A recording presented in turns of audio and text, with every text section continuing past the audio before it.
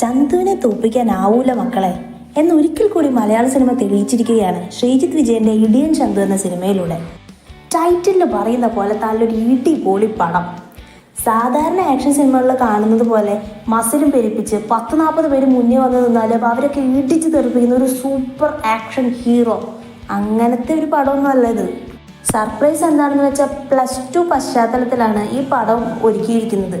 +2 പഠിക്കുന്ന ഒരു കുട്ടി മുന്നേ വരുന്ന വില്ലന്മാരെയൊക്കെ ഇടിച്ച് തെറിപ്പിച്ച് പറപ്പിച്ച് കളഞ്ഞിട്ട് വന്ന് നിന്ന് കഴിഞ്ഞാൽ ഒരു അസ്വാഭാവികത തോന്നില്ലേ? അത് ഈ പടത്തിലുണ്ടാവില്ല. കാരണം എന്താണെന്ന് വെച്ച് കഴിഞ്ഞാൽ സ്വയരക്ഷയ്ക്ക് വേണ്ടിയിട്ട് എങ്ങനെയും ഓപ്പോസിറ്റ് നിൽക്കുന്ന ആളെ ഇടിച്ച് താഴെ ഇട്ടേ പറ്റും എന്നുള്ളൊരു സാഹചര്യം വരുമ്പോൾ ആരായാലും തല്ലിപ്പോവും. അങ്ങനത്തെ ഒരു രീതിയിലാണ് ഇതിലത്തെ ഫൈറ്റുകളൊക്കെ ഒരുക്കിയിരിക്കുന്നത്.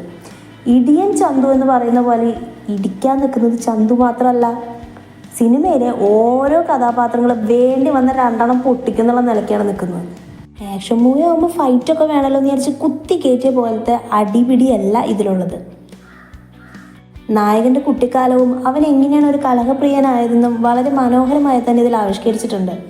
പോലീസുകാരനായ ഒരു അച്ഛൻ്റെ, പോലീസുകാരൻ എന്ന് പറയുന്നതിനൊക്കെ നല്ലത് പോലീസ് യൂണിഫോം ഇട്ട ഒരു ക്രിമിനലായ ഒരു അച്ഛൻ്റെ ദേശത്തിന് ഇരയാവേണ്ടി വന്ന ഒരമ്മയും മകനും. തുടർന്ന് അച്ഛൻ മരണപ്പെടുകയാണ്. അതിനുശേഷം ആ ജോലി അമ്മയെ തേടി എത്തുന്നുണ്ട്. എന്നാൽ തൻ്റെ മകൻ അച്ഛൻ്റെ സ്വഭാവം കണ്ടുപിടിച്ച് ഒരു കലഹപ്രിയനായിട്ടാണ് വളർന്നിരിക്കുന്നത്. തൻ്റെ മകനെ എങ്ങനെയെങ്കിലും ഒന്ന് നേർവഴിക്ക് കൊണ്ടുവരണമെന്ന് വിചാരിച്ചിട്ട് അമ്മ ആ ജോലി മകന് കൊടുക്കാൻ വിചാരിക്കുകയാണ്. പക്ഷേ +2 പാസ്സാവണം, അല്ലാതെ പോലീസാവാൻ പറ്റില്ലല്ലോ. അതിന് വേണ്ടിയിട്ട് പല സ്കൂളുകളിലും മകനെ ചേർത്താൻ ശ്രമിക്കുന്നുണ്ടെങ്കിലും അതിന് പറ്റുന്നില്ല. കാരണം ഇവൻ്റെ തല്ലിപ്പൊളി സ്വഭാവം തന്നെയാണ്. അങ്ങനെ ഒരു അച്ഛൻ നടത്തുന്ന സ്കൂളിലേക്ക് മകനെ ചേർത്തുകയാണ്. അതിനുശേഷമാണ് സിനിമ ശരിക്കും ആരംഭിക്കുന്നത്. ഇതുവരെ ഒരു നോർമൽ രീതിയിലാണ് കഥ പറഞ്ഞു പോകുന്നതെങ്കിലും അതിനുശേഷം പ്രേക്ഷകരെ മുൾമുനയിൽ നിർത്തിക്കൊണ്ടാണ് കഥയുടെ പോക്ക്.